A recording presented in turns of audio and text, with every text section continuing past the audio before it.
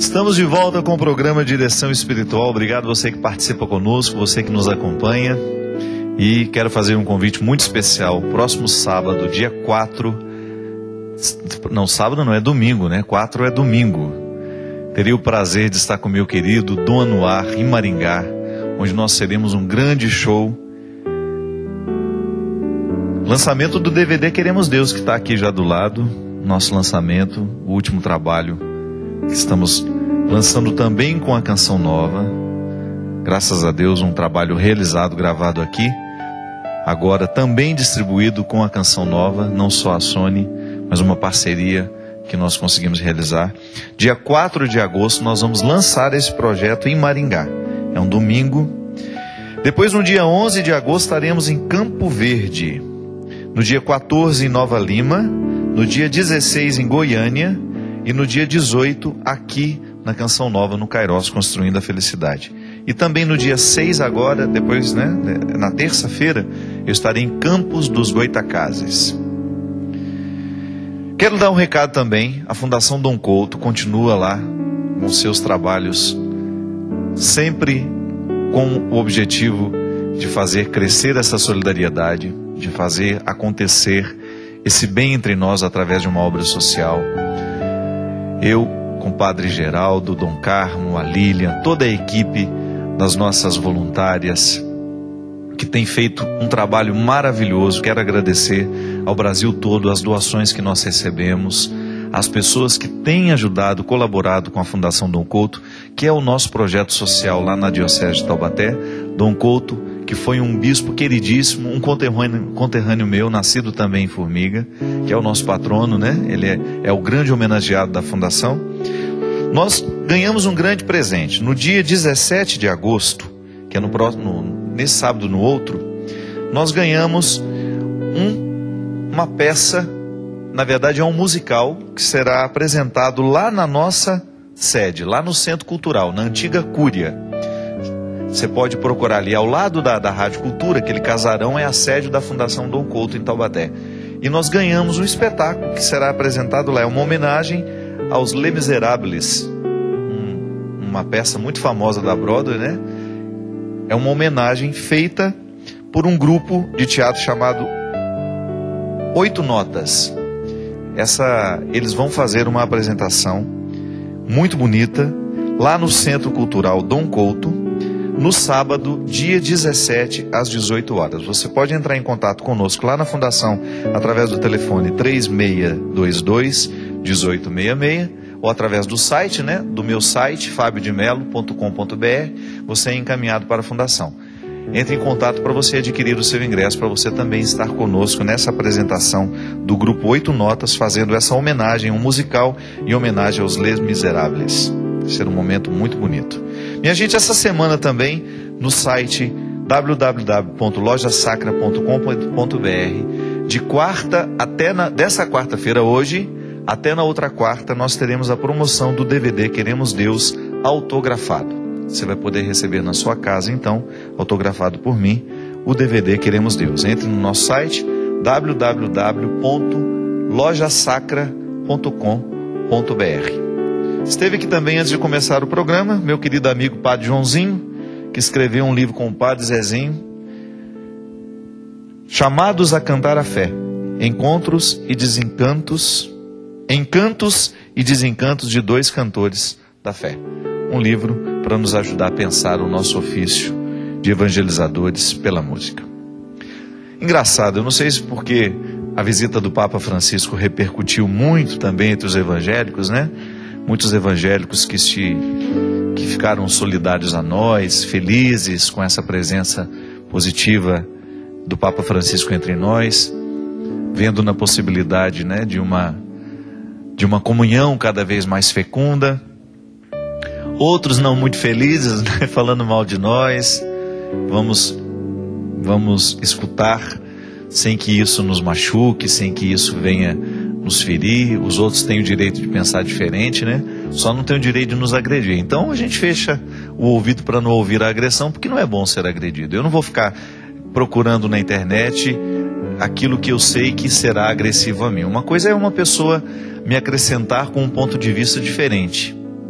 diferente do meu e me fazer pensar, me fazer refletir. Outra coisa é uma agressão gratuita. Não multiplique isso, viu? Não fique retuitando as agressões que nós recebemos ao longo da semana. Vamos fazer esse mundo ser melhor. Você tem o seu posicionamento de fé, o outro tem o direito de ter um posicionamento diferente, mas o respeito é absolutamente, é absolutamente necessário para que o cristianismo seja de fato revolucionário e transformador. Porque às vezes somos nós, com as nossas rixas, é que geramos o ateísmo no outro. Então muita gente hoje, essa semana, eu estava vendo aqui hoje, muita gente mandou perguntas referentes a essas diferenças entre nós e os evangélicos. A Thaís Maria Cavalcante Passos, do Rio de Janeiro, escreve: Padre Fábio, eu já fui protestante, hoje sou católica, mas na Bíblia diz que nós não podemos venerar imagens. E por que a igreja faz isso, padre? Minha filha, a adoração de imagens, uma coisa é a palavra venerar, que é você ter uma admiração, um respeito. Eu gosto sempre de dizer que uma imagem é como uma fotografia. A fotografia não é a minha mãe, mas ela me lembra a minha mãe. Então eu tenho respeito por ela. Eu não acredito que essa imagem possa me fazer algum milagre. Eu apenas tenho nela um símbolo da minha fé. Agora, o que nós precisamos fazer é viver um catolicismo que passe pelo respeito às imagens, mas que faça o tempo todo o esforço de ser cristológico.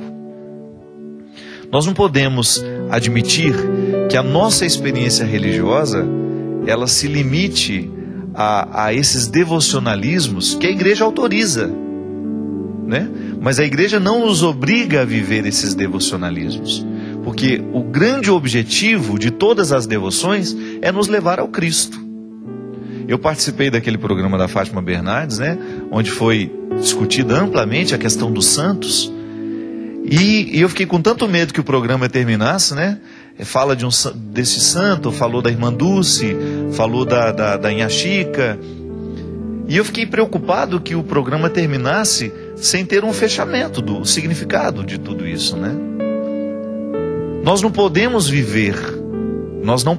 definitivamente viver uma experiência cristã sem o Cristo. Os santos são homens e mulheres como nós, que viveram com radicalidade a sua experiência de fé, e a igreja reconhece a santidade deles. Mas eu não preciso ficar, eu não tenho o direito de passar pelo exemplo dos santos, parar no exemplo dos santos e ficar a minha vida inteira no exemplo dos santos. Eu tenho que fazer com que esse exemplo me conduza ao meu modelo máximo, que é o meu Redentor. Eu não sou católico por causa dos santos, eu sou católico por causa de Jesus. Jesus é o meu centro, é a Trindade, Quando eu falo Jesus, é importante a gente salientar que nós estamos falando de uma presença trinitária na história. Jesus traz a Trindade para a história. Ele traz a presença do Pai, ele traz a presença do Espírito, ele nos oferece a Trindade. O coração de Jesus é a porta humana, por onde nós adentramos o mistério da Trindade. Então, todas as devoções que a igreja tem, a gente precisa tomar muito cuidado para que a gente não viva em torno delas sem chegar ao conhecimento do Cristo. E é por isso que eu não tenho o menor escrúpulo de dizer que eu sou um cristão católico, que tenho muito pouca necessidade das devoções. A minha experiência de Jesus, ela é o centro da minha vida cristã, é o centro da minha vida católica. Então a gente precisa parar de ficar o tempo todo agarrado nessas questões miudinhas, Eu tenho direito, eu tenho um respeito a todos os santos, eu participo, eu acredito na comunhão dos santos, mas eu me entendo com Jesus o tempo todo. Ele é o caminho que me leva ao Pai. Ele é a presença que me santifica. Nele eu faço a experiência do Espírito. Então Jesus me congrega na eternidade. Ele me resgata de todas as minhas misérias e ele me lembra que a gente falava no início do programa? Ele me favorece com a sua ação graciosa, com sua ação redentora. Ah, padre, mas eu tenho a devoção ao santo tal. Tudo bem, você tem o direito de ter a sua devoção, mas você não pode limitar a sua experiência religiosa a uma experiência devocional. Eu tenho uma admiração por Santo Antônio, eu tenho uma admiração por São Francisco, eu tenho uma admiração por Santa Teresinha, eu sou devoto. O que está dizendo isso? Eu sou devoto. Significa que eu tenho um vínculo afetivo, de respeitoso, porque aquele santo me sugere, né? Ele me sugere um jeito de viver que me aproxima de Jesus. Mas o meu ponto final, o lugar a que eu quero chegar, é o coração de Jesus. É Ele que me salva, é Ele que me resgata, Ele é o meu único Salvador. Então, minha gente, nós precisamos purificar. Foi bom que tudo isso tenha sido levantado ao longo dessa semana.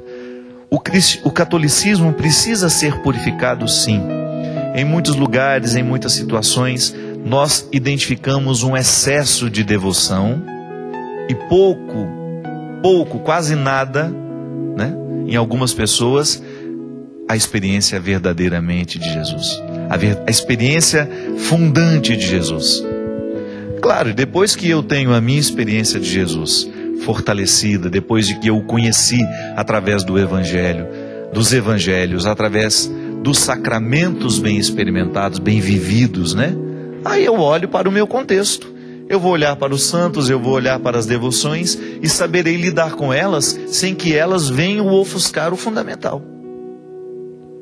Então nós precisamos purificar, sim, a nossa relação com as imagens, a nossa relação com os santos.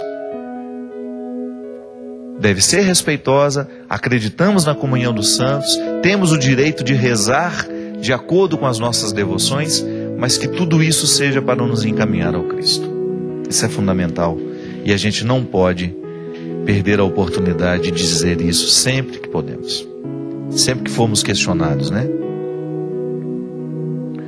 Padre Fábio, há 8 anos o meu esposo tinha uma coleção de discos, tenho penas de vender, pois na minha cabeça a alma dele ficaria triste. Peço que o senhor me aconselhe. Não, minha filha, pelo amor de Deus. É a Maria Luísa, lá de Valença.